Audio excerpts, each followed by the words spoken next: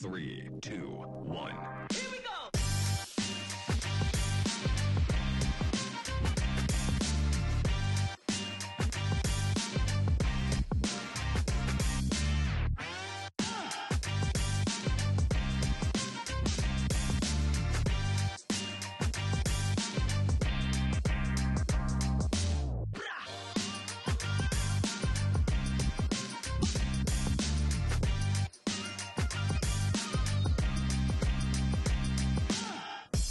Merci d'accueillir, mesdames, messieurs, l'âme, mais si, l'âme de l'eau en France, mesdames, messieurs, Jean-Claude Lasserre.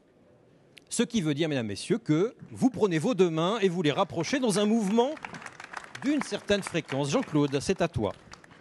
Merci Frédéric. Très belle introduction. Bonjour messieurs, dames. Écoutez, merci d'être présents pour cette première à Clermont. Nous sommes contents d'être descendus un tout petit peu dans cette région.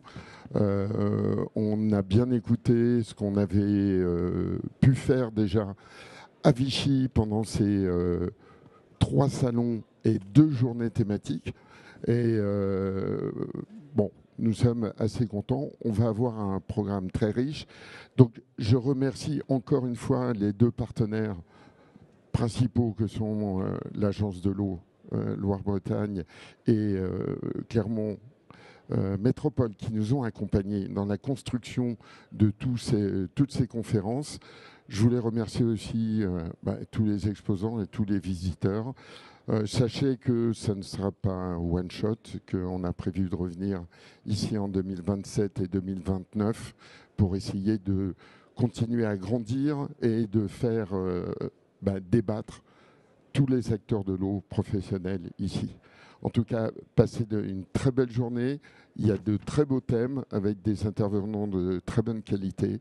Donc, place au débat, place aux tables rondes. Merci.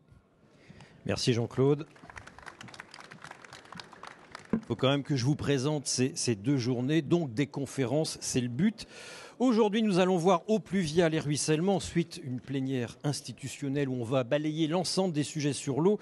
Cet après-midi, les eaux de baignade. Et oui, ce n'est pas un petit sujet, c'est un sujet politique, ce que j'ai découvert récemment. Le prix de l'eau également, voilà un bon sujet, mesdames, messieurs, pour les municipales. Pour demain, c'est la journée des acronymes PGSSE, SFN, REUT. Venez donc demain si vous voulez savoir ce qui se cache derrière. Ce programme a été monté grâce aux bons soins de Caroline Braun, qui se trouve derrière en compagnie de la régie. Également des ateliers, je prends ma 2e page, voilà. Je ne me suis pas présenté au fait, Frédéric Denhez, D-E-N-H-E-Z, c'est un nom imprononçable, donc je préfère le prononcer tout seul. Je suis journaliste notamment pour le magazine Marianne et France 5. Alors, des ateliers à 10h, dans cette matinée, on a 2 ateliers IA, intelligence artificielle. Le premier, Suez, l'IA au service de la performance et de l'environnement à 10h, à 11h par Etoile et l'ATTF, l'IA au service de l'eau, présentation de Mewizo, une approche intégrée de la parcelle du bassin versant, de la parcelle au bassin versant cet après-midi. Je vous en parlerai cet après-midi plus tôt. Ensuite, nous avons, je dois vous le signaler, le village inondation, voilà, lapsus, le village Innovation qui accueille 10 adhérents du pôle Aquanova. Nous avons également le village des partenaires du Salon Cyclo, un espace pédago très intéressant par l'Office international de l'eau et un espace emploi. Voilà, je crois que j'ai tout dit. Je vérifie que j'ai bien tout dit pour ne pas me faire disputer par Caroline Braun. J'ai tout dit. Première conférence donc, mesdames, messieurs.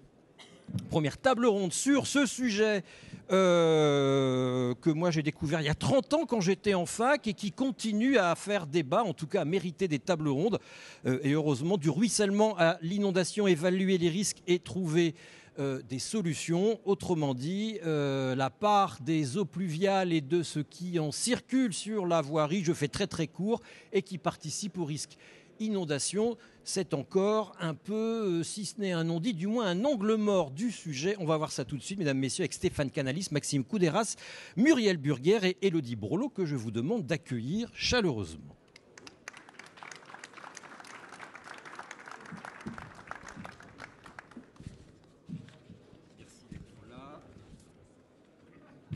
Merci d'être là aussitôt à Clermont-Ferrand sur ce sujet, je l'ai dit, un peu... Bon, on va voir ça, voilà, je vous donnerai mon sentiment ensuite. Stéphane Canalis, vous êtes directeur territorial, centre-est de l'IGN, l'Institut national de l'information géographique et forestière. Dans l'IGN, il n'y a pas que des cartes, il y a aussi de la forêt, dont des cartographiques forestières. Maxime Couderas, vous êtes chargé d'intervention pour la gestion des eaux pluviales à l'Agence de l'eau Loire-Bretagne. Muriel Burguière, vous êtes directrice du cycle de l'eau dans cette bonne ville, dans cette bonne métropole de Clermont-Auvergne. Et Élodie Brelot, vous êtes directrice du GREI. Je vous laisserai dérouler cet acronyme. Voilà, nous aurons un pitch tout à l'heure par Jean-Marc Bouillon en fin de conférence de table ronde, et Anselme qui se cache derrière je ne sais plus qu'on appelle ça, le kakémono, apportera le micro à celles et ceux qui voudront bien lever le bras. Et je vous incite à lever le bras pour poser des questions, car cette table ronde est la vôtre. Je l'ai dit, du ruissellement à l'inondation. Voilà, le ruissellement semble être le parent pauvre de toutes les réflexions sur l'eau. Récemment, il y a eu une journée nationale sur la gestion des eaux pluviales, à peu près sur le même sujet au stade Bollard, chez moi à Lens. Et ce qui en est sorti, c'est que, oui, il faut encore travailler, il faut encore convaincre. C'est un sujet qu'on voit mal. Est-ce que vous partagez ce constat, Maxime Couderas? Comment est l'appréhension de ce sujet? Comment vous la voyez, vous, l'appréhension de ce sujet au niveau de l'Agence de l'eau Loire-Bretagne? Oui, effectivement, je vous rejoins sur les enjeux de sensibilisation. C'est un sujet qui commence à dater. Effectivement, c'est un sujet qui... c'est des techniques en fait, qui ont un certain âge, en fait, qu'on connaît depuis une certaine durée, depuis un certain nombre d'années. Nonobstant, il y a quand même un besoin de sensibilisation. On a effectivement des techniques qui ont été mises en place pendant des années, et notamment des techniques qui cherchent aussi à concentrer les eaux pluviales, donc des techniques qu'on va plutôt appeler du tout tuyau. C'est des techniques qui sont plus curatives, mais on a aussi des techniques de gestion des eaux pluviales qui sont plus préventives, avec notamment la mise en place de SFN, donc de solutions fondées sur la nature. Et c'est ces aspects-là qu'on va chercher à accompagner au sein des agences de l'eau, notamment pour les co-bénéfices qu'elles peuvent apporter, qui peuvent être nombreux, notamment, voilà, pour en prendre qu'un seul, les îlots de fraîcheur en ville. Et c'est des sensibilités qui... voilà, les choses changent, les sensibilités changent. Et au sein des agences de l'eau, on cherche vraiment à accompagner ce changement de sensibilité-là pour qu'on ait des projets qui soient vertueux, durables et, comme je le disais précédemment, avec énormément de co-bénéfices. C'est forcément passé du tout tuyau, du culte du génie civil en France à l'infiltration à la parcelle, à planter des arbres et à faire des noues? Pas forcément, c'est-à-dire que, comme je le disais précédemment, on a deux choses. C'est-à-dire qu'il y a un procédé qui est plutôt curatif, où effectivement on va plutôt avoir des solutions basées sur du tout tuyau quand il va falloir préserver les territoires des inondations, notamment, donc des pluies plutôt exceptionnelles. Et par contre, pour la gestion des pluies plutôt courantes, on a de la gestion des eaux pluviales avec de la déconnexion à parcelle, par exemple. Donc c'est un mix des deux. Je vous pose la question parce qu'en France, on a tendance à être très manichéen, passer de l'un à l'autre et à chercher le Saint Graal. Voilà, le Saint Graal, hein, il fut un temps où c'était les gros tuyaux, les bassins d'orage. Et aujourd'hui, je ne vous cache pas que dans beaucoup de colloques, on a l'impression qu'aujourd'hui, il suffit de planter des arbres et de dégager de l'asphalte et le problème est réglé. Non, c'est un mélange des deux, on est bien d'accord. Tout à fait. Ok. Ça se modélise facilement, ça? Alors, la part des deux, justement. La part des deux, en fait, ça va être par rapport à la pluie qu'on va vouloir gérer. C'est-à-dire qu'on va avoir des événements exceptionnels, comme je le disais, où on va avoir des pluies trentenales, cinquantenales, centenales, qu'on va peut-être vouloir gérer avec des tuyaux. Et puis ensuite, des pluies décennales, vingtenales, qu'on va pouvoir gérer avec des noues, notamment. Ça, c'est ce qu'on appelle les niveaux de service. Quel indice de protection, en fait, on va mettre, quel niveau de service on va mettre pour gérer ces eaux pluviales, pour avoir vraiment un mix de solutions qui évite d'avoir un impact sur le bâti, sur l'humain, sur la santé et sur l'environnement, bien sûr. Madame Burguer, est-ce que les collectivités, enfin la vôtre en tout cas, oui, mais est-ce que les collectivités en général, les élus, sont bien au fait du risque porté par le ruissellement ?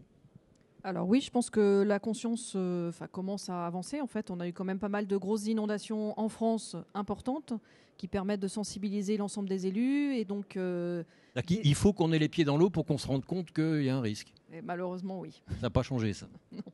Non.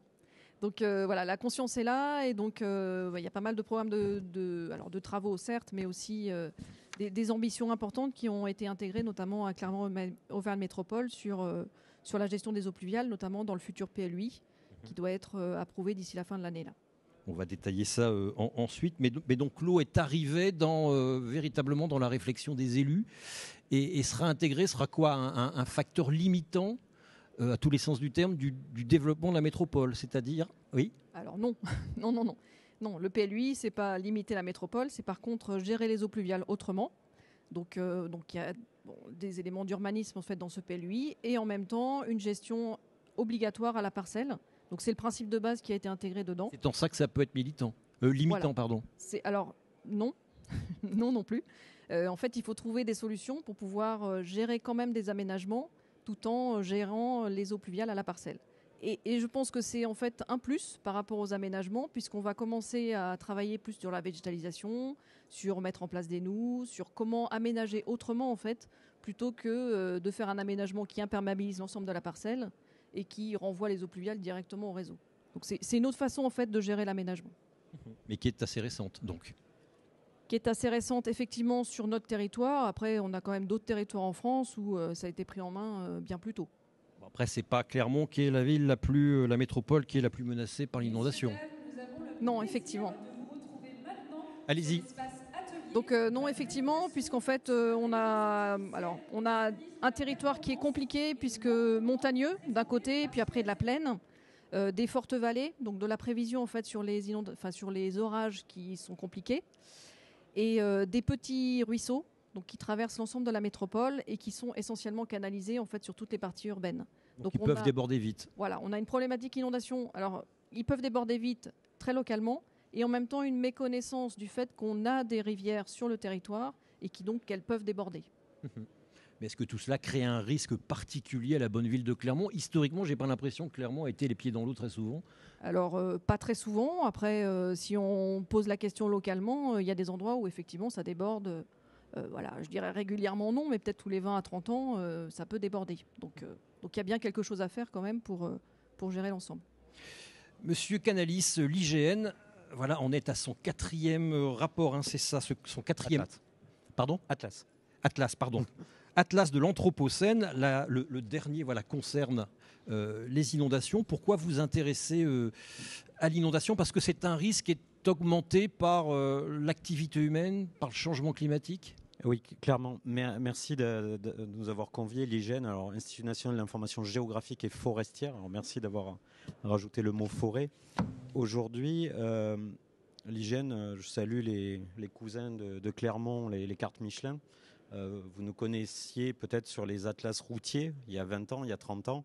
Aujourd'hui, on édite des atlas de l'Anthropocène, 4e tome, justement parce que l'IGN aujourd'hui donne à voir des datas pour l'aménagement du territoire et en lien avec toute l'activité humaine. Donc le premier, il y a eu un atlas sur l'occupation du sol, donc sujet éminemment lié aux inondations. Et là, ce 4e atlas permet, avec des cartes illustratives, en se projetant dans le futur avec un jumeau numérique des territoires, de mieux appréhender le risque inondation, de mieux appréhender les aménagements et de mieux voir comment demain on peut aménager par différentes façons, on l'a dit, le territoire avec la data en plaçant au cœur des politiques publiques le sujet de data. Le sujet data n'est pas un sujet d'informaticien, c'est un sujet de politique publique. Vous avez employé un terme que nos amis ne comprennent peut-être pas, jumeau numérique. Alors, j'y reviendrai tout à l'heure dans les slides.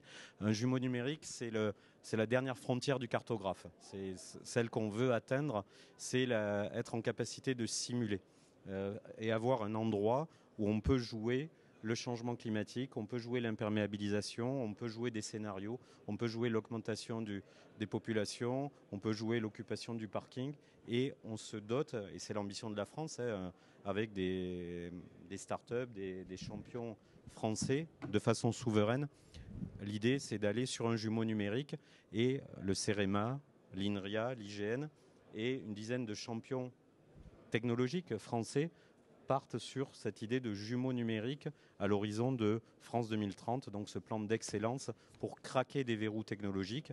Certains ont déjà des jumeaux dans des territoires, d'autres territoires n'ont pas de jumeaux. L'idée, c'est de pouvoir se doter d'un jumeau France entière pour pouvoir jouer des scénarios, et notamment des scénarios d'inondation. Ce qui veut dire, je ne sais pas si on peut parler d'échelle, on est en dessous du 25 millième, ou c'est même pas une question d'échelle? C'est une question de passer à l'échelle et de le rendre accessible à tous. C'est-à-dire, nous, l'enjeu l'IGN, c'est que lorsqu'on va parler d'outils de cartographie du sol, on va parler de prise de vue aérienne, de LIDAR, là c'est une modélisation 3D. Chacun d'entre nous peut faire un POC, un Proof of Concept. On se dit qu'on reste ici jusqu'à la fin de la journée. Je vous donne un territoire et puis tous, on va pouvoir colorier, cartographier, faire des choses intéressantes sur un territoire pour voir son occupation du sol, son inondabilité, etc. Nous, l'enjeu, c'est de faire ça sur 550 000 km² en moins de 3 ans. Et souvent, on inclut les drones, ce qui est normal. Donc, l'idée Mettez bien le micro sur le menton. L'idée de ce sujet, c'est de se doter de capacités d'intelligence artificielle, de calculateurs, pour arriver et pour tout le monde. On a assez de données pour ça. Alors, soit on en a assez, soit on en acquiert, soit, et c'est un autre sujet que j'évoquerai, c'est on les met en commun. On a besoin de tout le monde. Et commun, c'est plus qu'être ensemble pour faire du collaboratif. On peut être ensemble, c'est bien, mais ça peut être foisonnant. On peut partir peut-être dans des directions un peu différentes. Être en commun, c'est vraiment aller dans la même direction, non seulement se mettre ensemble, mais aller dans la même direction.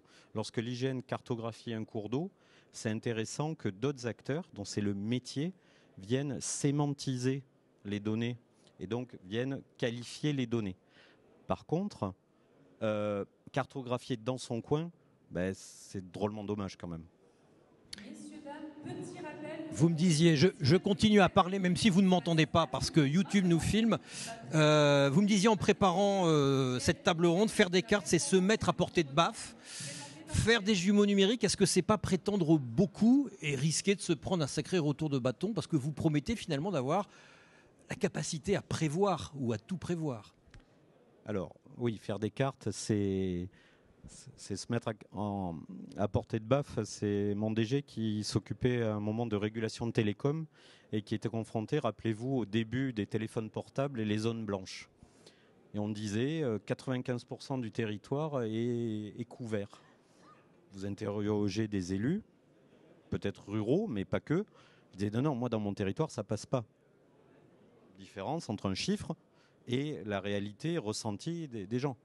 La mise en carte a permis de mettre un peu tout le monde d'accord et de voir que énormément de sites sur le territoire français n'étaient pas couverts, malgré les chiffres annoncés, et de faire évoluer la loi à tel point pour les programmes de réduction des zones blanches, au lieu de se faire concurrence, c'est mutualiser les choses, etc.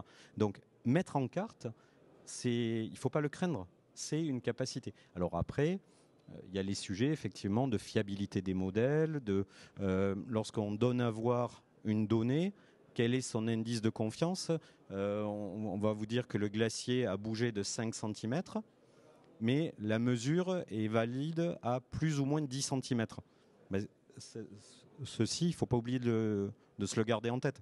Donc voilà un peu des sujets très classiques de modélisation, mais qui sont importants pour l'ensemble des acteurs. On va voir votre présentation plus tard, là, dans quelques instants. Madame Burguer, vous avez évidemment un jumeau numérique de Clermont-Ferrand. Non. Bah alors? Non, nous avons des modélisations uniquement du réseau. D'accord, qui vous satisfont ou vous considérez qu'on a un manque de données, on a un manque de données de terrain, de connaissances, de l'écoulement des eaux? Alors, je pense qu'on a énormément de données. Après, toute la difficulté, c'est de les utiliser, d'en faire quelque chose, de les synthétiser. de les comprendre aussi. Donc voilà, on est plutôt dans cette phase-là où il faut qu'on comprenne nos données et qu'on les utilise suffisamment pour pouvoir faire avancer l'ensemble des compétences sur le cycle de l'eau. Monsieur Couderas, vous semblez approuver. On a suffisamment de données pour aider les communes à voir ce qui serait bon de faire pour limiter le ruissellement et les conséquences d'une inondation. Alors, oui et non, ça dépend toujours des contextes. Après, je rejoins Madame Burger sur le fait que quand on a de la donnée, il faut savoir l'utiliser, il faut pouvoir l'utiliser et savoir l'utiliser. C'est un exercice qu'on accompagne, nous, agences, notamment dans les schémas directeurs. On essaye au maximum de capitaliser sur ces schémas directeurs pour faire en sorte que ces études, en fait, donc ça peut être des études d'assainissement, des études pluviales aussi, soient efficaces.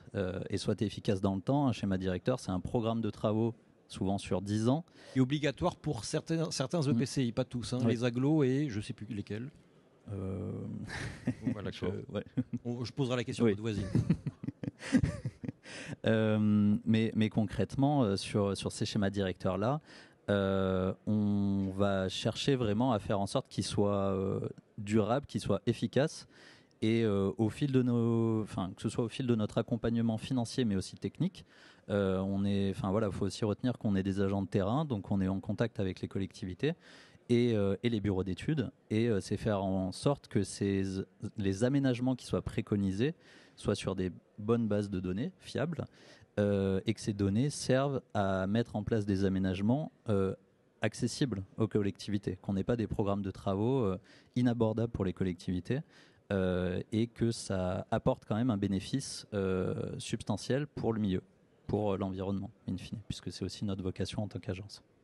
Madame Brelow, vous œuvrez à la bonne marche et à l'avenir du grès. Le grès existe depuis 40 ans, mais qui se cache derrière le grès? Qu'est-ce que ça veut dire? Alors, ça voulait dire groupe de recherche Rhône-Alpes sur les infrastructures et l'eau. On a un peu changé de nom parce qu'on n'a pas vraiment de périmètre géographique.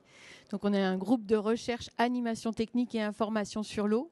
Effectivement, créé il y a 40 ans pour faire le lien entre gestion de l'eau et de la ville et le lien entre les scientifiques et les praticiens. Les praticiens, c'est-à-dire les aménageurs, les élus? Alors effectivement, c'est les collectivités, les bureaux d'études, les partenaires institutionnels, tous les acteurs qui interviennent dans la gestion de l'eau et donc dans l'aménagement, puisqu'on ne peut pas gérer l'eau sans tenir compte de l'aménagement et inversement.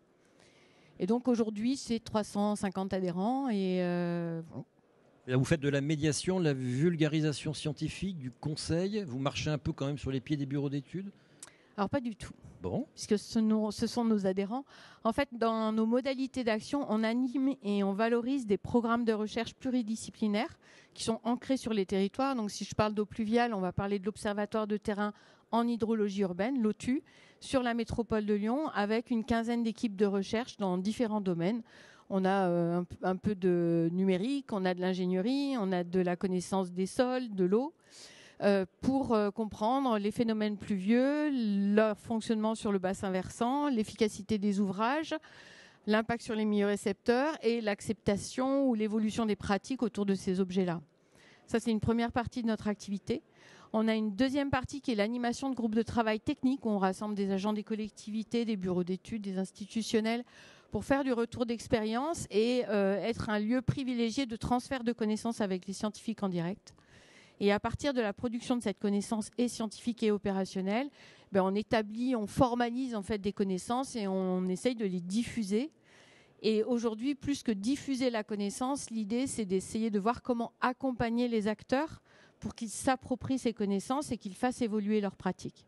Ça reste encore compliqué, l'appropriation de ces connaissances, globalement l'appropriation du ruissellement, de la question des eaux pluviales, ça progresse vraiment?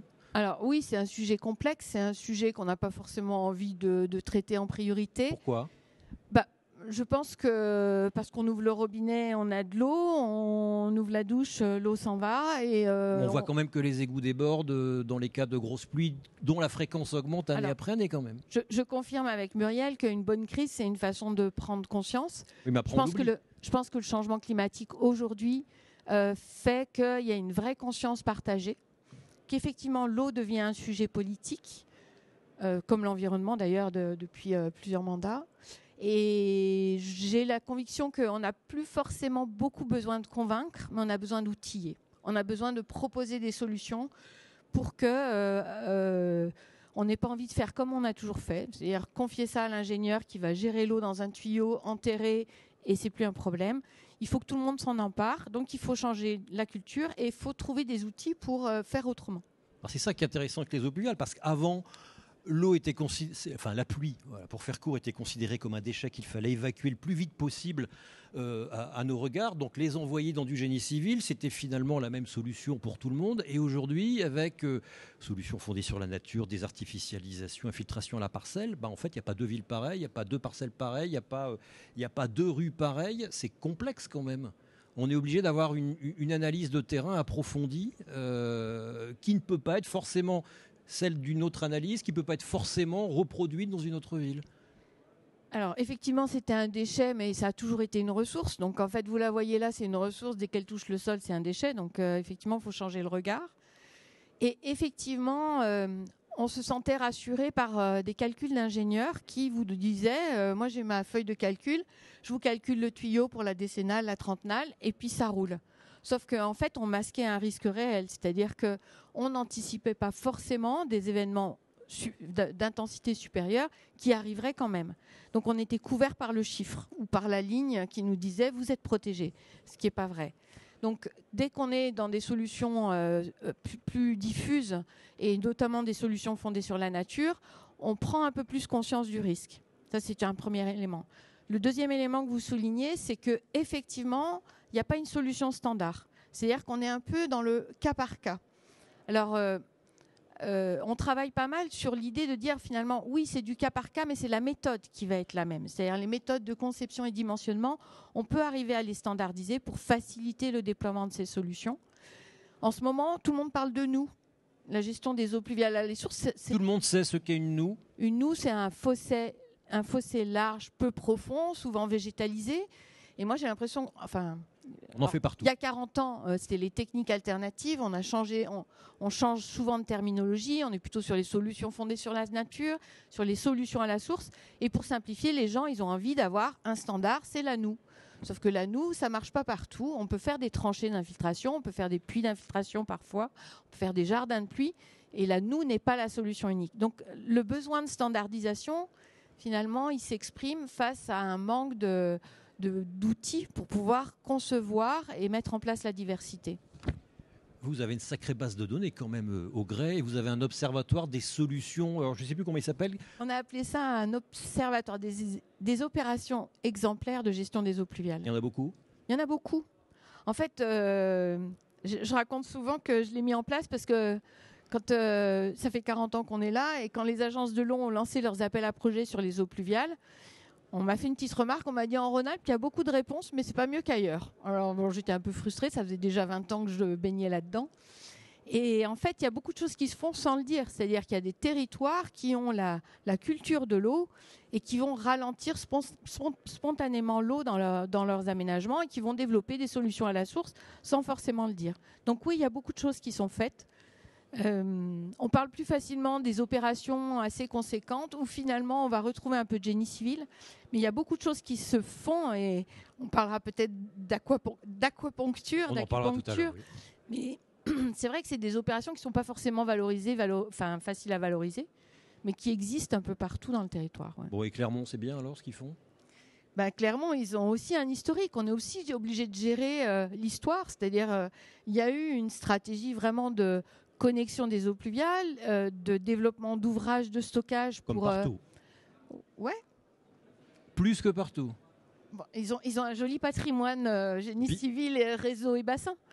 Et donc, il ne faut pas le négliger. C'est un outil de gestion. Il faut l'entretenir, il faut l'exploiter au mieux. Et puis, il faut surtout gérer et les développements, des nouveaux aménagements et la déconnexion, parce que la pluie, on ne la maîtrise pas bien. Et les changements climatiques, c'est aussi des événements extrêmes qui vont nous tomber sur la tête. Donc, quoi qu'on ait fait en conception, même si ça a marché un temps, ce sera forcément saturé un jour. Vous n'avez pas répondu à ma question. Donc, c'est ce que fait... Oui, c'est bien. C'est bien. C'est bien ce que fait Muriel. Sans plus. C'est un petit bien quand même, hein. Elle vous le dira elle-même, c'est pas moi qui l'ai jugé. Déployer des solutions à la source, c'est un changement de culture et selon les territoires, c'est plus ou moins rapide. Moi, j'ai été créé, enfin, le grès a été, pardon, le grès a été créé sur le territoire de la métropole de Lyon, à l'initiative de la métropole de Lyon, de l'INSA de Lyon au niveau des chercheurs, de l'agence de l'eau, de l'Adréal, parce qu'il y avait déjà cet engagement à la gestion des eaux pluviales à la source, à l'infiltration. La motivation, elle venait un peu du concept des villes nouvelles, et toute l'extension de l'est de l'agglomération lyonnaise ne pouvait se faire que comme ça. Il n'y avait pas de milieu récepteur pour recevoir les effluents, et il n'y avait pas de pente. Donc il fallait développer une urbanisation avec de l'infiltration. Voilà, il y a des contextes qui font que ça va plus vite à certains endroits qu'ailleurs. Monsieur Canalis, c'est à vous. Présentez-nous le risque inondation. Mettez-vous donc à portée de baffe par votre présentation. Le risque inondation et dans le risque inondation, ruissellement, pardon. Alors, l'idée de la présentation, c'est, je vous l'ai déjà un peu dit, hein, c'est l'IGN publie chaque année des atlas pour avoir une prise de conscience, et c'est un peu c'est clairement l'enjeu de ces atlas, d'avoir des cartes illustratives, de se mettre à portée peut-être d'échanges, de réflexion, de prise de conscience par les acteurs publics, les décideurs, les citoyens, les élèves qui voient des cartes, qui montrer des cartes autrement.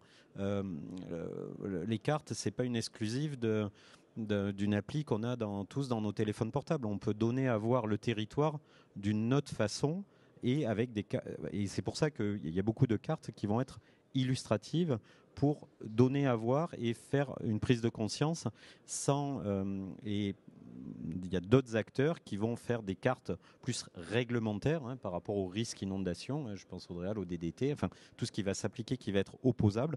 Il n'y en a pas tellement dans cet atlas parce qu'il est un peu ailleurs. Il est sur l'illustration de ce qu'on sait dire aujourd'hui du risque, comment on peut le regarder et comment on peut aménager. Donc on avait fait d'autres atlas. Vous voyez Lyon sur le tome 2 sur l'occupation du sol. Le tome 3 l'année dernière, c'était sur l'IA. Pourquoi ? Parce qu'il y a urgence à agir. Clairement, agir n'est pas une option. Donc c'est un peu ce qu'on raconte dans ces atlas. Et l'atlas est organisé en 4 thèmes rapidement. Le premier, c'est le risque. Vous avez une carte illustrative justement de l'intensité des pluies et leur fréquence. Et mon collègue Benoît Thomé, page 10, explique de Météo France que ces précipitations, c'est pas la photo aujourd'hui. À chaque degré pris, c'est 7% du pouvoir de précipitation des nuages qui augmente. L'intensité, les épisodes les plus intenses, ils ont augmenté de 10% depuis les années 60, et on a encore 15% de progression devant nous. Donc il faut s'attendre à voir de plus en plus. Donc ce genre de carte permet, territoire par territoire, de dire « Ah, voilà où je suis aujourd'hui, et voilà un peu comment il pleut chez moi », ça c'est en 2024. Et prendre conscience du risque, c'est aussi prendre ses crayons de couleur. Alors là, ça a été fait informatiquement. Passer du bleu foncé, le lit de la rivière, au bleu clair, et voir comment l'eau pénètre dans la ville avec une modélisation de la ville en 3 dimensions, en lidar. C'est donc ces avions qui passent, qui envoient des points radars au sol, qui remontent et qui modélisent le territoire. Et l'avantage de ces points lidar, c'est qu'on les trie. On les trie par intelligence artificielle. Vous enlevez tout, il vous reste le modèle numérique de terrain de jeu des archéologues, terrain de jeu des gens qui calculent le risque inondation. Après, on lance l'eau sur le territoire ainsi modélisé et on regarde qu'est-ce qui se passe. Le lidar, c'est aussi, alors juste pour la culture, c'est les pentes des toits pour après implanter de l'énergie solaire, par exemple, où on peut s'arrêter au milieu, regarder ce qu'est la forêt, puisqu'on a dit l'hygiène fait de la forêt, et calculer le volume de bois à un endroit et en déduire la capacité du puits carbone. Donc voilà les outils LIDAR au service, et là on les met au service de la prise de conscience, et on les met aussi au service de l'aménagement du territoire, puisqu'on va pouvoir jouer des scénarios dans ces modèles.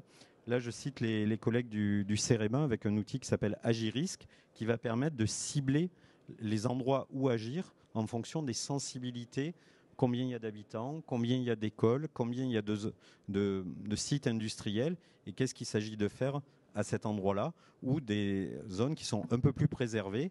Et donc, dans la politique publique, et lorsqu'il va falloir faire des choix financiers, de qu'est-ce que je priorise, avec des outils comme ça, on va pouvoir doser l'effort. Quand vous dites sensibilité, c'est sensibilité à l'inondation. À l'inondation et au risque, effectivement. Et là, on voit une maille hexagonale qui fait quelle taille? S'il y a du CEREMA dans la salle, je les inviterai volontiers. Non, j'ai pas révisé, mais je... Merci. Merci à vous. Attendez, vous allez reprendre le micro. Anselme, s'il vous plaît, le micro va arriver. Ah ben il n'y a pas de micro, mais il va arriver. Allez-y, continuez. On parlait de solutions basées sur la nature. Là, une illustration de cartographie. Qu'est-ce qu'on peut cartographier à l'IGN? On peut cartographier les haies. Et les haies, c'est un acteur... Oui, tout à fait. Ah bah oui, mais ça c'est du travail de terrain, c'est pas du travail... Si ça c'est une IA qui détecte les haies sur nos photographies aériennes ou de photographies satellitaires, plus facilement photographies aériennes. Nous, notre métier à l'IGN, ce qui nous fait lever le matin, c'est la détection du changement. C'est ça notre kiff. Et donc la détection du changement, c'est une haie qui apparaît sur une photo aérienne. Alors on entraîne les modèles d'intelligence artificielle pour les détecter plus rapidement. Et après, il y a l'œil humain. Moi, j'ai des opérateurs à Lyon qui travaillent. Et l'IA, souvent, on lui explique, mais il faut lui expliquer souvent, que non, un camping-car garé à côté d'un bâtiment, ce n'est pas une extension du bâtiment. Voilà. Donc ça, c'est le petit côté potache. Mais les IA, on les entraîne pour nous aider à aller au plus vite sur les endroits et puis on les vérifie. Monsieur du BRGM, du CEREMA, pardon. Alors, j'ai toujours pas la réponse, mais je pense que la taille des hexagones varie aussi en fonction de l'échelle à laquelle on travaille. D'accord. Mais ça m'aide pas du tout, ça. Hein. Non, je sais, mais je me renseigne et je reviens vers vous. Alors, le micro à Monsieur Bouillon, qui interviendra tout à l'heure en pitch. Merci, Anselme. Alors, moi, je n'ai pas l'explication sur la taille, mais je crois que c'est 100 mètres, c'est marqué. Mais juste pour vous dire, nous, on a travaillé avec du lidar et des pixels des photos aériennes. Les pixels des photos aériennes, c'est 20 cm et le lidar, c'est 5 cm. Ce qui nous a permis à Dijon, sur toute l'agglomération de Dijon, c'était la commande du Grand Dijon, c'était de calculer l'ensemble des toits plats, pouvant recevoir de la toiture végétalisée et capter l'eau, déduction faite des machineries d'ascenseurs et des clims. Donc on a calculé tout ça à 5 cm près et en passant, on s'est fait une petite macro pour repérer tous les arbres et on a compté tous les arbres du Grand Dijon, 1,3 million d'arbres, dont 70% dans le domaine privé. Voilà. On a ce genre de données maintenant à disposition. Merci, Monsieur Canalis. Petite question, vous identifiez des haies. Alors, il faudra le signaler au ministère de l'écologie qui n'arrive toujours pas à avoir une cartographie de la haie sous prétexte qu'on n'a pas de données. Manifestement, il y en a. On en discute. C'est-à-dire aujourd'hui, le modèle économique du CEREMA est sur des grands projets. Donc la campagne LIDAR, c'est un grand projet qui nous a été confié par des ministères. Lorsqu'on cartographie l'occupation du sol à grande échelle pour être le baromètre du ZAN, du zéro artificialisation nette, c'est aussi un grand projet. C'est-à-dire que notre avion, il passe tous les 3 ans pour faire des photographies. Comment on met des process là-dessus pour en déduire une couverture du sol? Alors la couverture, c'est par exemple de l'herbe, ok, mais l'usage, ça peut être un aérodrome ou ça peut être une prairie. Donc c'est ce qu'on donne à voir et ce qu'on calcule sur 550 000 km². Et ça, c'est un grand projet. Et donc la BDE, ce qu'on appelle la base de données ça fait partie des grands projets dont on discute avec nos ministères de tutelle pour qu'on nous confie ceci et que derrière, on ait des data scientists, des opérateurs, des ingénieurs qui travaillent là-dessus et qui sortent la carto. Tout ça en open data, de façon souveraine et de façon, entre guillemets, qualifié, c'est-à-dire que la donnée est, nous sommes en autorité sur cette donnée. Mais est-ce que ça veut dire que le logiciel, une fois qu'il a identifié une haie, il lui attribue un facteur de réduction du risque inondation et à la toiture, un facteur au contraire qui favorise l'inondation? Comment ça fonctionne? Alors, nous, on est cartographe, on donne à voir, et après, il y a des gens du métier qui s'en emparent. Il faut, voilà, donc à un moment, on passe le relais à d'autres qui vont s'en emparer. Allez-y, déroulez. Alors, c'est le bouton vert, principe. Oui, je sais. Mais je voulais parler de crise. Voilà. Alors, on a parcouru du chemin depuis Vaison-la-Romaine. Et c'est dommage que ce soit des drames qui obligent à nous mobiliser. Aujourd'hui, on a 23 300 km de linéaires qui sont spotés par Vigicru. Il y a plus de 11 000 communes qui peuvent être alertées de façon quasi immédiate en cas d'élévation du niveau de l'eau. L'hygiène, nous, on participe, c'est un peu le côté, vous savez, c'est au caractère inéluctable de la catastrophe et non à sa simple possibilité qu'il faut désormais nous confronter.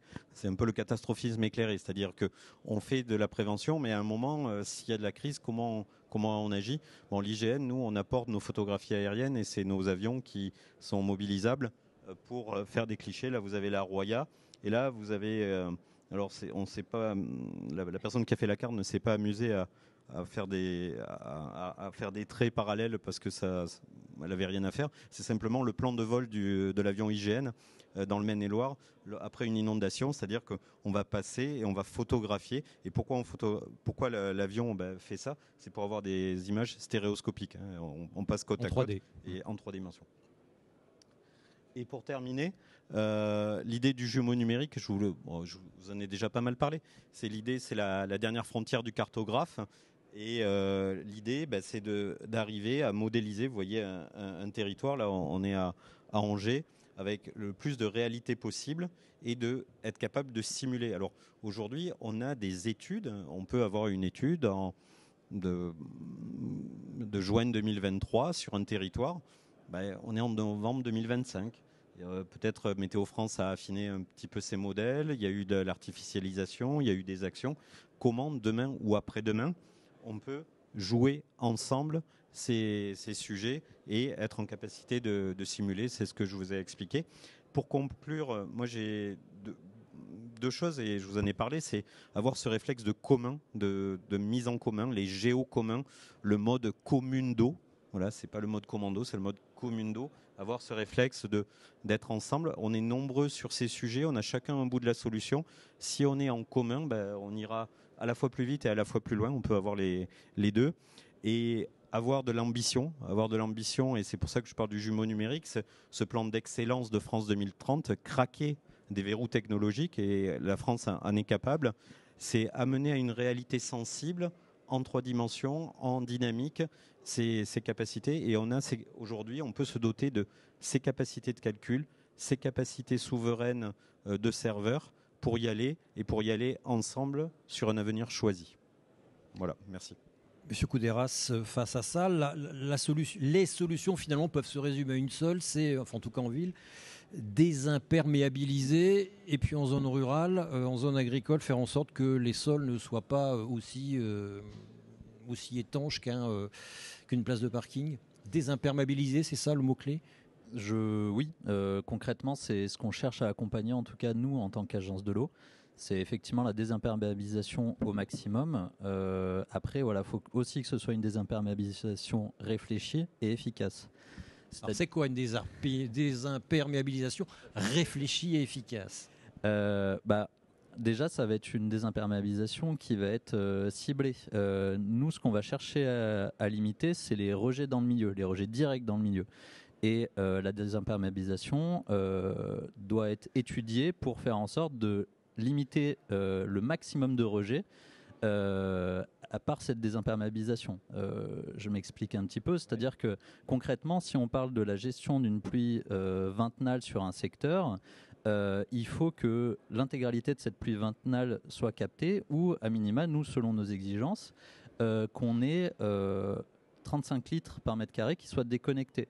On a des critères aussi, on accompagne techniquement, financièrement toutes les études de conception, dimensionnement des aménagements, mais aussi des études pour avoir une visibilité sur les secteurs à enjeu, que ce soit, comme je disais tout à l'heure, par niveau de service. C'est-à-dire que si un secteur est à préserver, qu'il a un impact non négligeable sur le milieu, on aura aussi plus d'éléments pour nous l'accompagner techniquement et financièrement qu'un secteur où au final on peut, encore une fois très concrètement, on peut voir des exemples de projets sur des anciennes friches qui aujourd'hui sont quasiment désimperméabilisées par la végétalisation qui a repris le dessus. On ira probablement moins sur ces secteurs-là, puisqu'ils seront moins en jeu pour les milieux, et pour l'habitat, etc., que sur des secteurs où, au final, on est en plein centre-bourg et on peut apporter des solutions fondées sur la nature. Encore une fois, il faut aussi garder ça à l'esprit, puisque les solutions fondées sur la nature ne sont pas applicables partout. Mais quand elles seront applicables, on va les baser, notamment nous, à l'agence, on a un guide de recommandations techniques. On a des chartes qui sont disponibles. On va baser tout cela sur des études pour faire en sorte d'apporter des solutions les plus pragmatiques possibles. Et si vraiment la solution par la mise en place de SFN n'est pas possible, réfléchir à d'autres solutions. Mais voilà, c'est pas il n'y a pas ce côté manichéen de se dire le tout tuyau n'est pas bien, la JAP, la solution fondée sur la nature est bien. C'est vraiment nous en tant qu'agence, que ce soit sur la JAP ou sur d'autres éléments, on va vraiment attendre des éléments, d'avoir des éléments réfléchis pour prendre des décisions et pour accompagner les collectivités. Vous citiez les friches végétalisées qui absorbent l'eau et en même temps le ZAN incite à construire sur les friches, à reconstruire la ville sur la ville. Il est compliqué le compromis à trouver, non ? Le compromis est compliqué. Après, effectivement, nous, sur du bâti existant, on va pouvoir accompagner la désimperméabilisation. Mais encore une fois, il faut vraiment que ce soit justifié et qu'on ait une vision. Nous, parfois, ce qui nous manque en tant qu'agence sur une collectivité X ou Y, c'est d'avoir cette vision. Si par la vision, il y a aussi nous sont apportées les preuves que la désimperméabilisation à ce niveau-là est nécessaire et est un choix pragmatique, alors on sera aussi en capacité d'évaluer notre accompagnement ou non. Très bien, donc solution fondée sur la nature qui absorbe, on va dire, les pluies habituelles ou les pluies qui reviennent... les grosses pluies qui reviennent tous les 30 ans ou tous les 40 ans. Mais qu'est-ce qu'on fait une fois que ça déborde quand même ? Est-ce qu'il faut reconcevoir la ville de façon à ce que cette eau qui déborde quand même soit évacuée le plus vite possible, ne soit pas retenue par des places de parking, par des caves fermées, etc. Madame Brelot, vous me regardez, il ne faut jamais me regarder parce que ça veut dire que je vous passe la parole, ce qui soulage Monsieur Couderas. Ce qui est sûr, c'est que... on a peut-être forcé le trait pendant un temps sur ce qu'apportent les solutions fondées sur la nature et les solutions à la source. C'est vraiment une solution quand on la pense dans une vision globale de l'aménagement du territoire. Mais aujourd'hui, quand on conçoit une solution, on dit on va gérer la pluie trentenale, ça veut dire qu'on va aller saturer le réseau avec une pluie plus importante et qui sera déjà saturée. Donc en fait, il faut vraiment avoir cette logique... Concevoir une gestion à la source des eaux pluviales, c'est pas juste dimensionner un ouvrage. En fait, on est obligé d'avoir cette réflexion à l'échelle d'un projet d'aménagement. On est obligé d'avoir cette vision aussi à l'échelle du système d'assainissement dans sa globalité. Et puis, quand on parle d'inondation, on dépasse le système d'assainissement, on sort de la ville et on a le ruissellement global, voire les inondations par les ruisseaux, les talwegs et les petits cours d'eau. Donc, toujours pareil, en fait, on espère que chaque solution sera la solution miracle. En fait, on compose avec l'ensemble de ces éléments, avec le patrimoine existant, et on est obligé d'avoir des approches à l'échelle de l'ouvrage, de l'opération d'aménagement, du fonctionnement du système global d'assainissement et de son bassin versant. C'est pas simple, mais la méthode, elle est... En tout cas, la voie qu'on doit suivre pour la bonne gestion des eaux pluviales, elle intègre toutes ces dimensions, et c'est bien à toutes ces dimensions qu'on doit intervenir, que l'agence de l'eau intervient et que les métropoles interviennent. Non, effectivement, c'est pas ça, mais ça revient tout le temps quand il y a une inondation par ruissellement suite à un abat d'eau important, comme on dit. C'est toujours la même chose, c'est les gens là se sont retrouvés noyés, bloqués parce que l'eau s'est accumulée, parce que l'aménagement de la ville a fait que l'eau en trop n'a pas pu trouver son chemin, elle s'est accumulée dans un parking souterrain, etc. Au-delà du dimensionnement, on parle bien de conception, et Maxime parlait des niveaux de service. L'idée, c'est que quand on conçoit un aménagement, on doit toujours étudier comment il va fonctionner au-delà, avec un événement plus important. Et on peut quand même considérer que nos voiries pour les événements exceptionnels sont la voie principale d'évacuation de l'eau. À partir du moment où elle ne va pas inonder la cour d'école, en tout cas, elle ne va pas mettre en péril les gens, la centrale électrique qui va sauter, les pompiers qui ne vont pas pouvoir sortir parce qu'ils sont coincés par l'inondation, etc. Donc cette analyse aussi par rapport aux différentes situations d'événements, ces niveaux de service, c'est fondamental quand on conçoit un aménagement. C'est une analyse que vous avez faite, Madame Burguière, où vous vous êtes rendu compte en analysant la circulation de l'eau qu'il y avait des quartiers qui avaient été mal conçus, des ronds-points au mauvais endroit, des centres commerciaux avec des parkings souterrains qu'on n'aurait pas dû faire. Est-ce que ça remet en cause un peu l'aménagement du territoire tel qu'il a été fait? On en vient à ce que vous avez mis en place avec les papilles. Donc en fait, la remise en cause, alors oui et non. En fait, on a quand même un territoire qui est compliqué. Alors du fait de l'historique, le fait de canaliser les rivières, forcément aujourd'hui on se dit ça aide pas. C'était idiot. Sauf qu'aujourd'hui on va pas dynamiter toutes les maisons qui ont été construites par-dessus, ni les voiries, etc. Donc à un moment donné, il faut faire avec. Donc voilà. Donc là, c'est la méthode petit pas aussi. Commencer à mieux penser l'aménagement et donc faire de la pédagogie, de la sensibilisation pour que les aménagements actuels et futurs soit quand même dans de meilleures règles. Sensibilisation ou interdiction? Interdiction avec le PLUI en fait. Là on a des outils en fait réglementaires qui nous aident pour pouvoir imposer en fait des choses et pour pouvoir donc sensibiliser et donc améliorer les choses. Le PLUI, c'est la cerise sur le gâteau constituée par le PAPI à l'échelle des 21 communes. 4 axes, 6 axes, c'est ça. Vous y avez mis quoi dedans? Il y a un gros axe communication. Oui, enseignement. PAPI, bel acronyme. Donc il n'est pas drôle en fait. Si vous voulez. Programme d'action pour la prévention des inondations. Donc effectivement, c'est tout un programme alors qui n'est pas que sur la désimperméabilisation et l'amélioration avec le PLUI, mais plutôt sur d'abord l'amélioration de la connaissance et de la conscience du risque. Donc les élus ont pris conscience du risque, mais en même temps, il faut aussi diffuser ces informations-là vis-à-vis de la population, vis-à-vis des communes, et donc travailler, peut-être mettre le...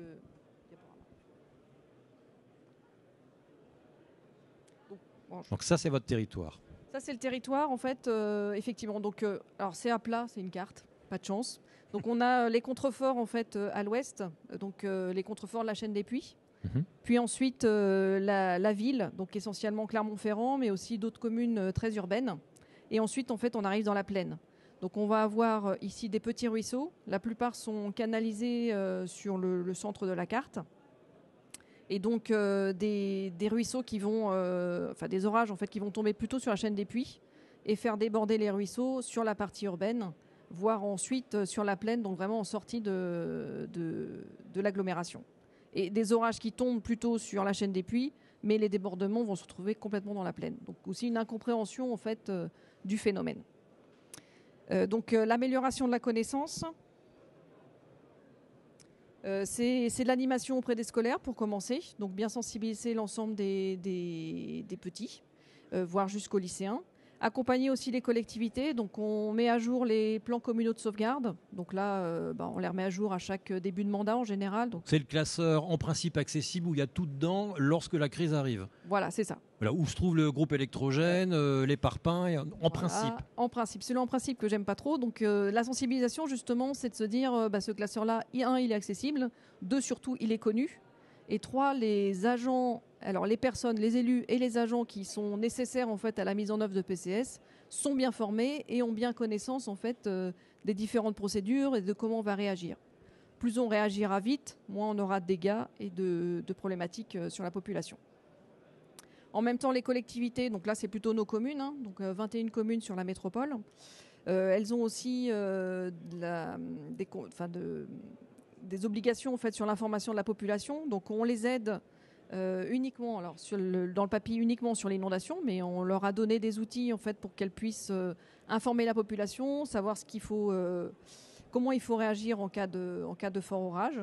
Et puis donc on devra aussi former les élus et l'ensemble des agents.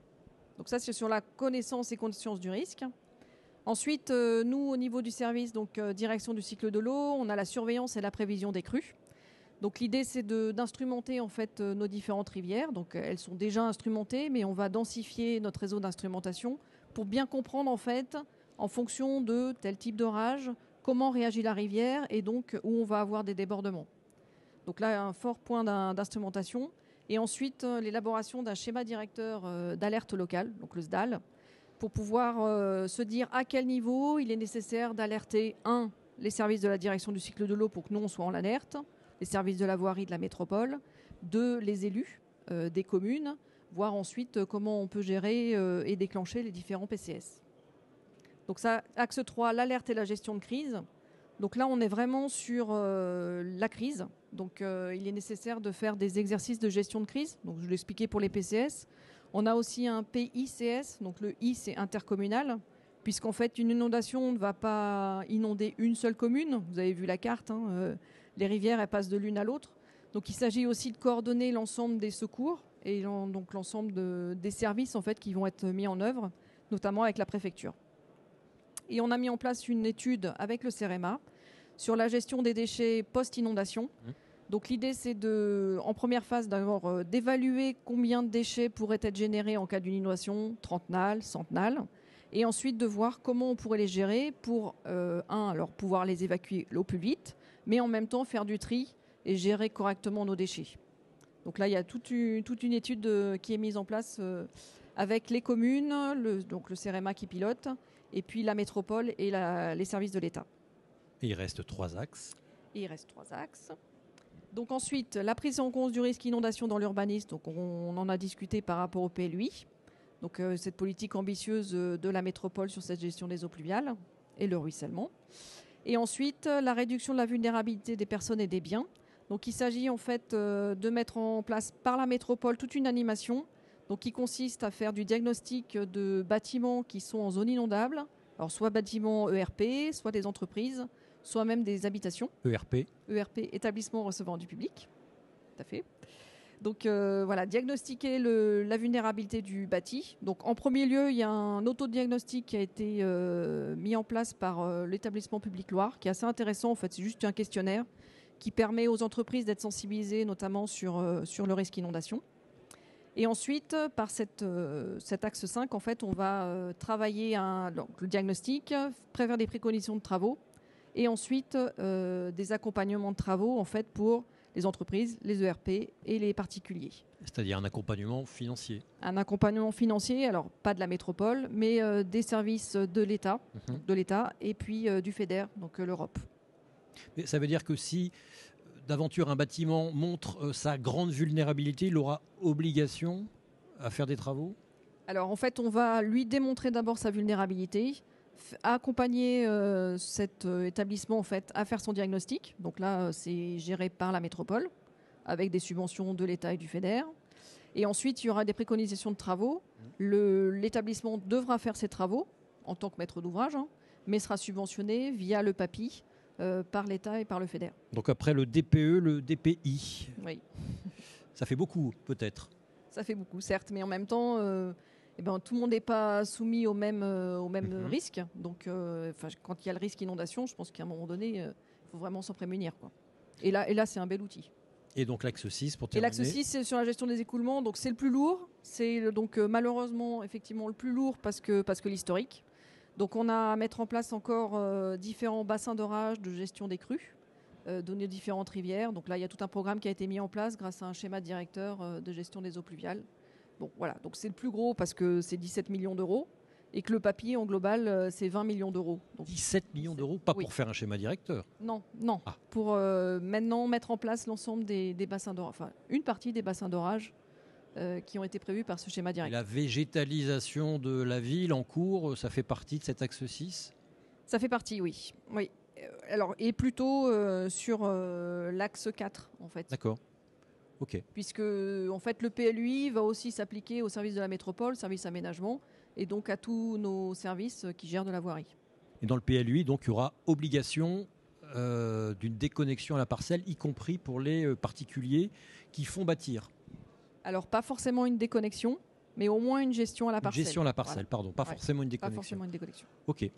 Mesdames, messieurs, a-t-il des questions pour nos amis ? Oui. Je vous demande des questions courtes et des réponses relativement courtes. Oui, voilà. Je vous demande de vous présenter, chère madame. Alors, je suis Madame Lucette Terre-Noire. Je suis porte-parole de l'association Parc National Zone Humide pour le Val d'Allier.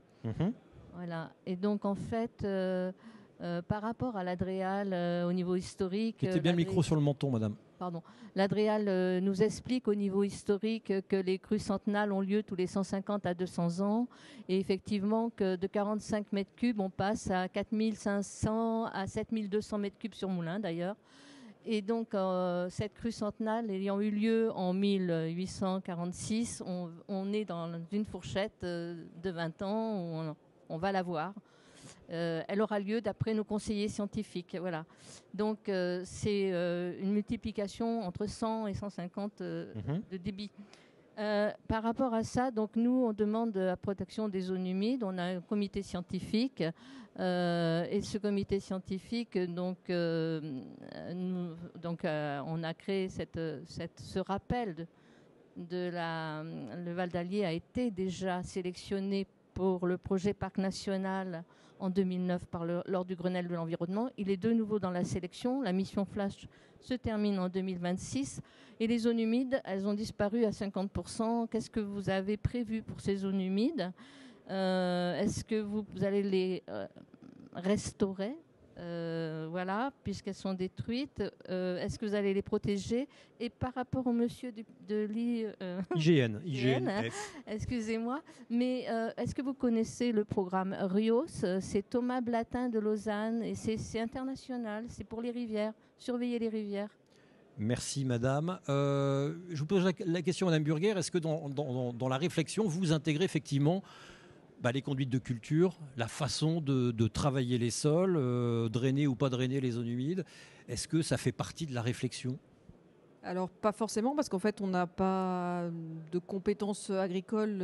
Voilà, et puis, c'est un territoire plutôt urbain. Okay. En revanche, on a la compétence GEMAPI au niveau de la métropole. Voilà. Donc, gestion des milieux aquatiques voilà, et prévention des inondations. Donc, dans ce GEMA, on va gérer quelques zones humides sur la métropole, donc les entretenir correctement.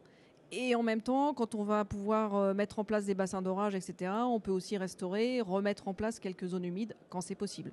Monsieur Couderas, madame Brelot, oui, en effet, réfléchir le ruissellement, les inondations en ville sans prendre en compte l'amont, sans prendre en compte ce qui se trouve au-dessus, sans prendre en compte comment l'eau va se comporter par rapport au sol et les zones humides, oui, on fait que la moitié du travail. Ouais, on a organisé les compétences des collectivités en coupant le ruissellement. C'est-à-dire qu'on a la GEMAPI, gestion des milieux aquatiques, prévention des inondations normalement générées par des cours d'eau. On a la gestion des eaux pluviales urbaines. Et entre les deux, en fait, on a le ruissellement où, selon les territoires, on ne sait pas qui s'en occupe. Donc, avoir vraiment une stratégie globale de gestion de l'eau, des ruissellements à l'échelle du bassin versant, c'est fondamental. Et effectivement, ce n'est pas la désimperméabilisation qui nous sauvera si on ne l'intègre pas dans un projet global de territoire et de vision globale. Monsieur Canalis. Alors, deux choses. Pour le travail que vous menez, peut-être rappeler que l'ensemble des données de l'IGN sont en open data, et y compris les anciennes photographies aériennes, y compris les anciennes cartes. Et on parlait de choses qu'on a dans sa poche. Il y a un truc qui est sympa, c'est gratuit, ça s'appelle Carte IGN. C'est une appli qui non seulement vous cartographie le territoire, mais vous donne à voir toutes les ressources de l'IGN. C'est-à-dire, c'est quoi cette forêt, c'est quoi la photo avant-après, c'est quoi la carte de Cassini à cet endroit-là, c'est quoi la carte... Donc, pour documenter le travail que vous menez, je le rappelle, il y a beaucoup de gens qui en sont friands, et je vais citer des gens auxquels on ne pense pas du tout. C'est les gens du centre de cancérologie Léon Bérard à Lyon qui travaillent avec nos photos aériennes historiques pour calculer les expositions des populations, en fait, ce qu'on appelle le cancer des villes, le cancer des champs. Donc l'IGN s'invite aujourd'hui, mais s'invite dans plein de sujets, et il ne faut pas hésiter.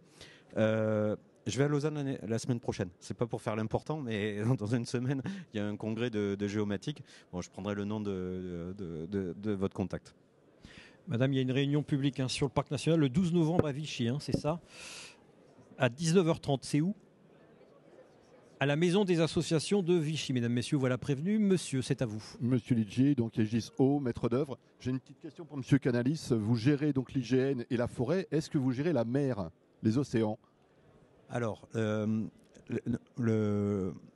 alors, je suis sur Auvergne-Rhône-Alpes, Bourgogne-Franche-Comté en tant que directeur territorial.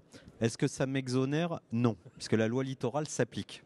La loi littorale s'applique sur le lac d'Annecy, sur le... Voilà, donc pour autant, je ne suis pas super calé. Le sujet pour l'IGN et avec le CEREMA et avec d'autres, c'est le recul du trait de côte, principalement. Comment on le qualifie, qui le cartographie, qui le sémantise après. Donc voilà, c'est des sujets qui sont devant nous. Et puis on prend contact et je vous réponds de façon plus... Et le Attendez, CHOM, voilà. Service hydrographique, le haut, je ne sais plus.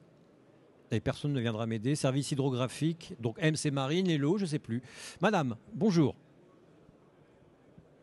Madame. Oui, j'avais une question. Donc moi, Émilie... Non, allez-y, pardon. Ouais. C'est moi, c'est bon? Oui. Donc Émilie Luneau, DDT 63, moi je suis arrivée hier à la DDT sur le plan haut. Par rapport au schéma aux outils de planification et aux solutions techniques que vous évoquez, mais aussi à la vision de l'espace, est-ce que vous appuyez sur des stratégies foncières, puisqu'on citait Vaison-la-Romaine, ces notions, elles se jouent sur le temps long. Le changement de culture, il passe aussi par un changement d'occupation du sol, un changement d'échelle. Et les stratégies foncières, on les connaît très bien dans les collectivités par rapport à une entrée urbanisme. Vous citiez la loi littorale, le Conservatoire du littoral, comme certains EPF, l'utilisent aussi pour la gestion des milieux naturels. Est-ce que c'est des outils dont vous disposez, que ce soit par rapport à l'acquisition ou la maîtrise d'usage? Je crois que c'est pour vous, Madame Burguière. Par exemple, mais peut-être que le gré... non. Est-ce que Clermont Métropole fait de l'acquisition foncière pour permettre à l'eau de s'écouler, de s'absorber? Au niveau de l'agence de l'eau aussi, pour augmenter l'ambition des programmes dans le temps, ça peut être des outils dont on se sert. Je citerai juste mon ancienne casquette en RMC. Non, c'est plutôt la stratégie en fait foncière. Donc, ouais, c'est pas forcément de l'achat. Oui, mais ça en fait partie quand même. Ouais. Donc en fait, la métropole, elle est très récente. Elle a été créée en 2018, donc avec un transfert de compétences en 2017. Donc pour l'instant, on en est plus à faire l'état des lieux de l'ensemble des propriétés foncières de la métropole et des communes pour pouvoir voir ensuite comment gérer l'ensemble. Donc voilà, c'est engagé, mais pas forcément géré. Alors aussi parce que c'est d'autres compétences qui vont être mises en œuvre. Il n'y a pas que la gestion des eaux pluviales, donc il faut le gérer sur l'ensemble de la métropole. Madame Brelot. Je pensais, on a parlé tout à l'heure de est-ce que le schéma directeur est obligatoire? En fait, ce n'est pas un outil réglementaire. Le schéma directeur de gestion des eaux pluviales n'est pas réglementaire. Le zonage eaux pluviales, lui, est réglementaire, mais sans délai. Or, on est en plein travail de transposition en droit français de la directive européenne aux résiduaires urbaines. Et la DRU 2 je ne vais pas oser. La DRU 2 qui emmerde à peu près tout le monde. Parce que les élus disent oui mais ça va nous coûter cher, on n'a pas le foncier pour étendre la station d'épuration, je vais devoir augmenter le prix de l'eau, blablabla. Bref, voilà. On considère les problématiques d'eau, pas tant d'inondation, mais en tout cas de pollution. Et effectivement, la directive propose que les collectivités et les États se dotent des moyens nécessaires pour préserver les milieux et assurer le bon fonctionnement de nos systèmes. Et il y a un volet eau pluviale aussi très important. Donc, il y aura un schéma directeur obligatoire dans le cadre de la transposition de la directive européenne. Je voulais dire ça. En ce qui concerne la stratégie foncière, je pense que dans les documents d'urbanisme permettent d'amorcer, notamment quand on parle d'inondation, avec les zones de production, les zones de transfert et les zones d'accumulation en termes de ruissellement. Et je sais que sur la métropole de Lyon, il a fallu un certain temps pour que les pétitionnaires ou les instructeurs acceptent qu'on ait indiqué les zones de transfert où il ne faut pas construire. Et on a du mal à le faire accepter, mais aujourd'hui, c'est passé dans la culture des instructeurs de dire non, c'est une zone à risque, on ne construit pas là. Et en même temps, construire, c'est pas forcément imperméabiliser. Enfin, quand vous disiez, effectivement, il y a des règles avec le ZAN, etc. Donc, en fait, on va dans le même sens, que ce soit dans préserver la biodiversité, éviter l'imperméabilisation et gérer l'eau sur les territoires. Donc, il y a plein de solutions pour aménager et pour autant garder du végétal. Après, c'est des conceptions urbaines et des conceptions urbaines différentes. On peut peut-être voir un peu de hauteur plutôt que vouloir étaler, etc. Et puis des conceptions architecturales, hein. C'est ce fameux quartier, je ne sais plus comment il s'appelle, là, à Romorantin, qui est construit pour les zones inondables avec des maisons sur pilotis, voilà, avec un doublement des compteurs électriques, effectivement, qui a vécu 3 inondations sans aucun souci, sans même remonter d'humidité par capillarité. Donc ça se fait. C'est un peu cher, par contre, parce que tout cela est de l'ordre du prototype. Mesdames, messieurs, a-t-il encore une question avant de passer au pitch? Attendez, madame, vous avez déjà pris la parole. Si jamais personne d'autre... Oui, il y a monsieur derrière. Attendez, voilà, Anselme, merci. Bonjour. Bonjour, Trébuchon Maxime, chargé de mission prévention des inondations, gestion des milieux aquatiques. J'accompagne les communes, moi, et on est exactement ce que vous avez dit. La compétence, elle est entre plein de compétences. On a la compétence assainissement, gestion des milieux aquatiques, prévention des inondations. Les communes ont la compétence eau urbaine, et il y a cette compétence qui est au milieu de tout, où il n'y a pas d'argent vraiment, il n'y a pas de taxes, il n'y a rien. L'agence de l'eau accompagne heureusement, mais quand on est dans un territoire rural, malheureusement, juste un schéma de gestion des eaux coûte très cher. Les communes n'ont pas vraiment le financement d'aller vers ces axes. Du coup, c'est un peu, je trouve, les zones rurales qui sont délaissées et où il y a juste des petites actions qui pourraient être géniales, mais où on n'arrive pas à embrayer, à trouver des financements pour aller sur ces actions, parce que c'est des actions, comme vous dites, où on réfléchit en mode bassin versant, d'amont en aval, mais où mettre des sous dans un schéma de gestion d'eau pluviale, c'est vite incompris. Et souvent, c'est de l'argent qui est pris sur l'assainissement. Il n'y a toujours pas de taxe eau pluviale. Il y en a eu une qui a disparu. Il en faut une? Ah. À main levée. Non, effectivement, déjà pour reprendre sur la stratégie territoriale, nous, c'est vrai qu'en tant qu'agence, on va aussi se baser sur tous les leviers réglementaires possibles et imaginables. Continuez. Et accompagner les collectivités en ce sens, que ce soit par la mise en place d'un PLU aussi qui intègre ces éléments-là.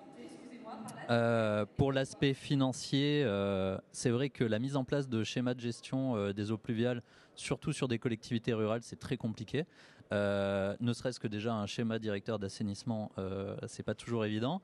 Dans les deux cas, on va les accompagner et ce qu'on va essayer de faire aussi, et ce qu'on essaie de faire notamment dans le cadre de notre 12e programme, c'est, puisque le schéma directeur d'assainissement, c'est quand même des outils plus classiques, plus abordables aussi et plus accessibles pour les collectivités, qui leur parlent plus également.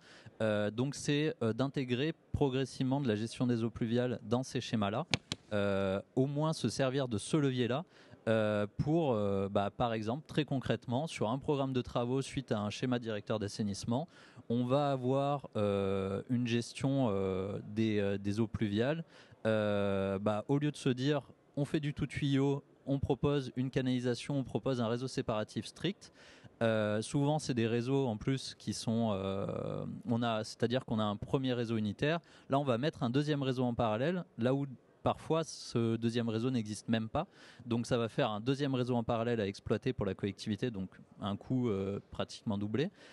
Donc, on va avoir dans notre programme de travaux là, en tout cas en tant qu'agence, on va pousser pour qu'une gestion différente soit possible, donc avoir une visibilité financière sur ok, on a besoin de mettre un réseau séparatif, ça coûtera tant, mais est-ce que ce réseau séparatif là on peut pas le remplacer par une par exemple, même s'il y a plein d'autres techniques, on est bien d'accord, mais c'est vrai que c'est souvent une solution qui nous est proposée. Quel coût d'investissement cette noue-là, je reste sur cet exemple-là, quel coût d'investissement cette noue-là aurait et quel coût d'exploitation et d'entretien cela engendrerait, quelle articulation avec les services techniques ça va engendrer, puisque c'est pas les mêmes services, c'est pas les mêmes budgets. Donc ça exige aussi une réflexion pour aborder cette complexité et qu'on tue pas cet aménagement-là dans l'œuf et que ce soit des aménagements qui sont souvent, c'est des aménagements qui sont souvent aussi plus économes pour les collectivités. Donc on va chercher à actionner d'autres leviers pour faire en sorte que les choses soient réalisées in fine, quoi. On essaie d'actionner le maximum de leviers qu'on a à notre disposition, même si les choses sont pas parfaites, on en est bien conscient, mais voilà, on essaie d'aborder les choses de façon la plus pragmatique possible. Madame Brelot, en deux mots. Peut-être une petite réaction sur le contexte plus rural où finalement c'est pas toujours évident de faire les choses dans l'ordre avec mettre en place un schéma directeur, etc.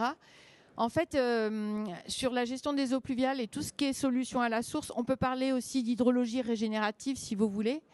Je pense qu'il faut entretenir l'enthousiasme, il faut convaincre les acteurs du territoire sur le fait qu'on peut faire des choses et on peut faire des petites choses qui contribueront, à mieux gérer l'eau, mais aussi à embarquer tout le monde pour aller plus loin et pour vraiment gérer les choses.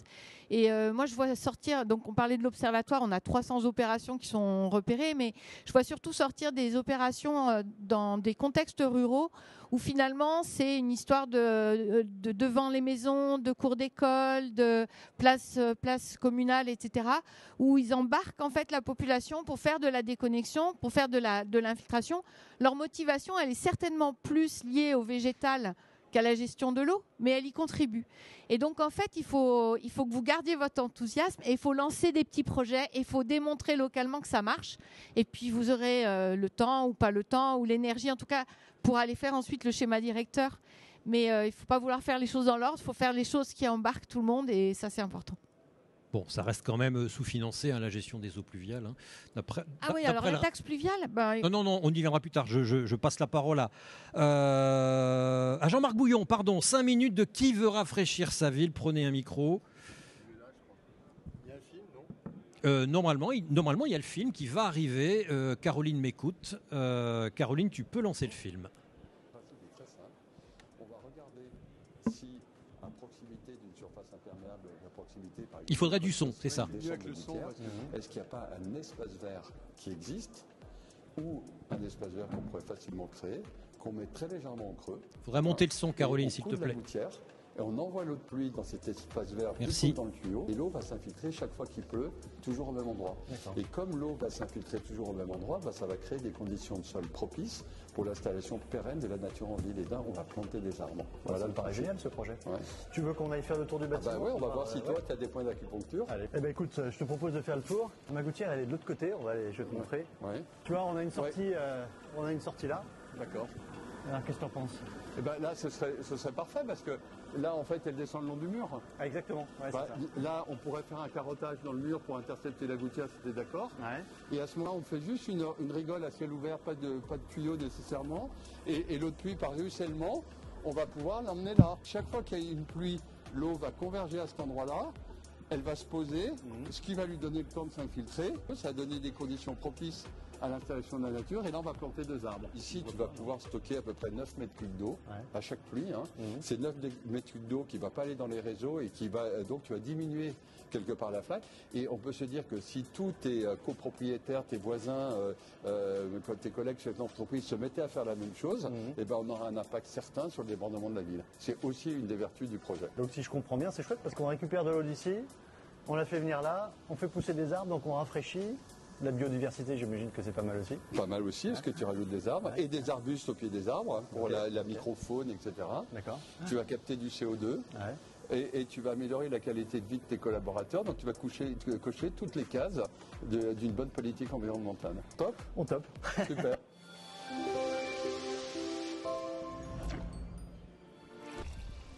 Oui, donc...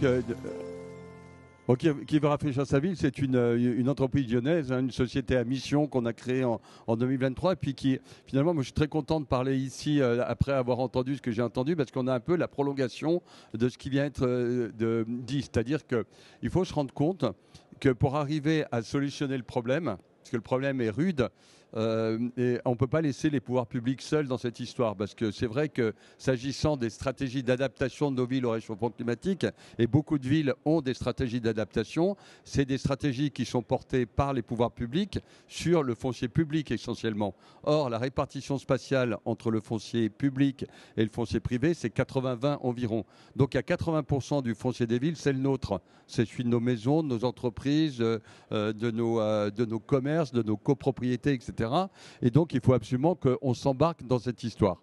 Alors, pour s'embarquer dans cette histoire, il faut avoir plusieurs choses. D'abord, un diagnostic qui est partagé, qui est compréhensible, c'est-à-dire est-ce qu'on peut agir ensemble, voilà. Et puis après, il faut un récit qui donne envie de le faire. Et nous, notre récit, c'est l'aquapuncture. C'est pas nécessairement une grosse opération, c'est plutôt une petite opération. C'est l'alliance des multiples. On a tous un point d'acupuncture ou un point d'aquapuncture, c'est le nom qu'on lui a donné, comme Cantis, ce que vous voyez sur le petit film. C'est une entreprise du secteur tertiaire qui a un toit plat, qui a un petit bout de jardin, qui envoyait ses eaux parce qu'on lui avait demandé de le faire dans le réseau unitaire. Et ben nous, on lui dit tu peux couper ce réseau, l'eau avant qu'elle disparaisse dans le sol. Tu peux la faire ruisseler. On peut aménager ton espace vert légèrement creux et tu vas préserver cette eau de pluie. Tu vas pouvoir planter des arbres et cocher toutes les cases.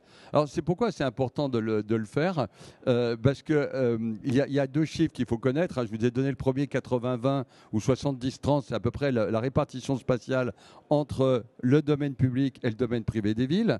Et il y a un deuxième chiffre, c'est que oui, c'est super de prendre des directives fortes dans les PLU, imposant la filtration de l'eau à la parcelle, réduisant le débit de fuite, etc. Mais il faut se rendre compte que l'ensemble des projets soumis à autorisation, que ce soit un permis de construire, un permis d'aménager, une déclaration de travaux, etc., ne font évoluer, ne transforment nos tissus urbains que de 1% par an. C'est à peu près le taux de renouvellement de nos villes par l'ensemble de tous les projets soumis à autorisation. Donc la question qu'il faut se poser, c'est qu'est-ce qu'on fait des 99% de la ville qui n'a pas de projet ? Alors, est-ce que comment on va se préoccuper de tout ce qui est déjà là ? C'est une des idées, j'ai envie de dire, un des fondamentaux de qui veut rafraîchir sa ville, c'est d'essayer de dire aux gens, c'est pas si compliqué ce truc. On a quelquefois la possibilité de le faire, voire le devoir de le faire, parce que ces 80% nous appartiennent. C'est pas si compliqué de le faire et on peut tous contribuer. C'est le charme de l'alliance des multiples. Et si on le fait un peu chacun, on va arriver à faire beaucoup ensemble. Ça, c'est l'idée de qui veut rafraîchir sa ville. Et les techniques qu'on utilise, c'est exactement celles qui ont été expliquées. C'est-à-dire, c'est la gestion de l'eau à la parcelle, c'est essayer d'attraper le plus possible d'eau de pluie, la garder chez soi, la transformer, ce déchet, en ressources. En ressources, pourquoi ? Pour faire pousser des arbres, parce que pas d'eau, pas de végétaux. Et on aura non seulement besoin de prévenir nos habitats des risques climatiques, mais pas uniquement vis-à-vis de l'eau, vis-à-vis de la chaleur, vis-à-vis des plantes. Et on sait que les plantes, pour pousser, ont besoin d'eau, qu'on n'aura plus le droit d'arroser, ce que les préfets vont interdire, etc., etc.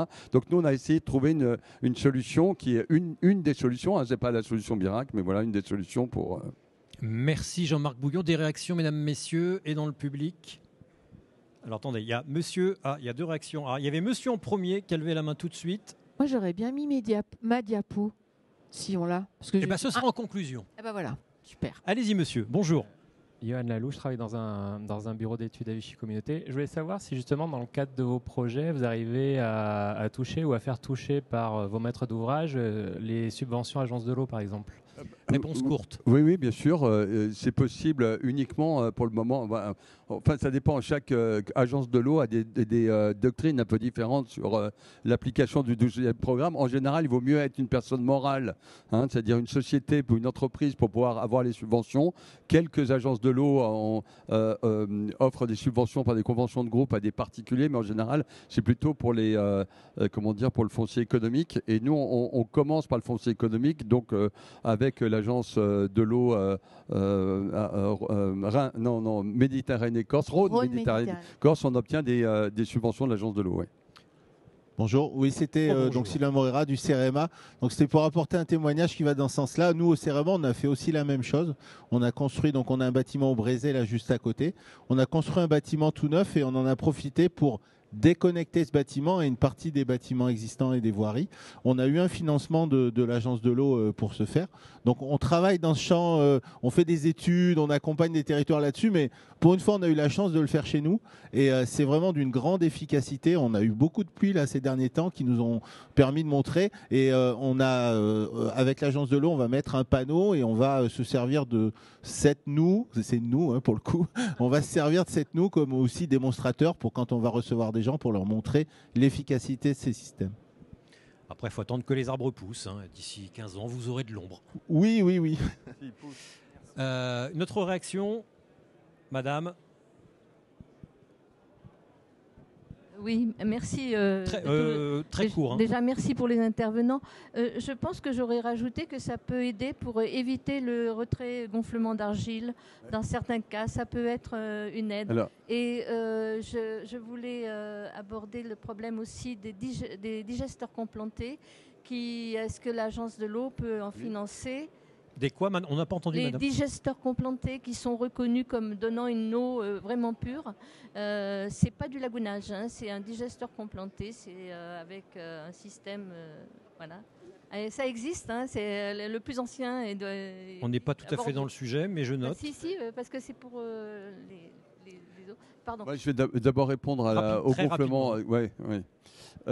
Comment dire les trois risques principaux que connaissent nos villes aujourd'hui, c'est la ville déborde, elle surchauffe et elle se fissure à cause du dégonflement. Tout ça, c'est lié à l'eau quelque part. Et le fait de calmer l'eau, le rythme de l'eau, de l'infiltrer à la parcelle, etc., va stabiliser les humidités et va évidemment lutter contre le gonflement des gonflements d'argile. Sujet majeur, 10,8 millions de maisons individuelles en France la moitié, oui. Sont exposées à des risques, à des aléas forts.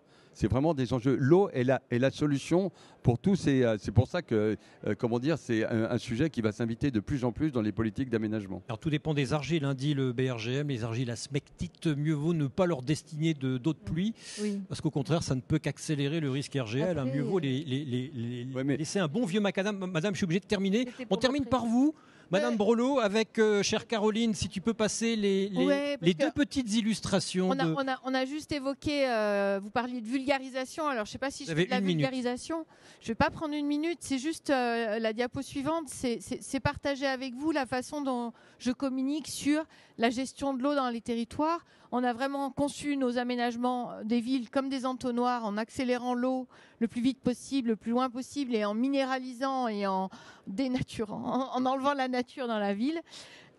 Pour l'analogie culinaire, on veut parler d'infiltration, mais on va beaucoup plus loin que la passoire. Le principe de la ville éponge, et il est utile pour vulgariser et pour concevoir ce que l'on porte, c'est de ralentir, c'est de mettre cette eau au service du végétal au niveau de la ville, favoriser l'évapotranspiration et quand même permettre d'infiltrer effectivement à long terme. Donc on ralentit, on respecte le cycle naturel de l'eau et on aura des argiles qui gonfleront et dégonfleront moins et on aura un fonctionnement hydrologique beaucoup plus agréable à toutes les échelles. Merci. On pouvait finir par ça. Ah oui, j'ai oublié de vous disputer, monsieur Canalis. Je suis un randonneur, j'utilise l'appli Iphigénie, qui est géniale, mais qu'est-ce qu'elle est compliquée. Vous pouvez pas faire un truc simple? Pas un truc d'ingénieur, un truc simple. Il vous reste 20 secondes pour me répondre. Alors, Iphigénie, c'est pas l'hygiène. Comment ça? Iphigénie, c'est une société qui est basée à Chamonix, en Auvergne-Rhône-Alpes, dont on est très fiers. Ils sont français et ils payent une redevance à l'hygiène pour utiliser nos. Donc c'est de leur faute. C'est pas de leur faute. Ils ont un public qui est plutôt averti. Hein, on les croise des fois. Vraiment être averti. C'est un peu costaud. Il y a d'autres applis, d'autres prestataires qui nous payent une redevance. Alors, pourquoi ils payent la redevance à l'hygiène? C'est parce qu'après, on la reverse à la Fédération française de randonnée. Bon, ça va voilà. alors. Mais bon, je vous donnerai le contact de Iphigénie, puis vous discuterez.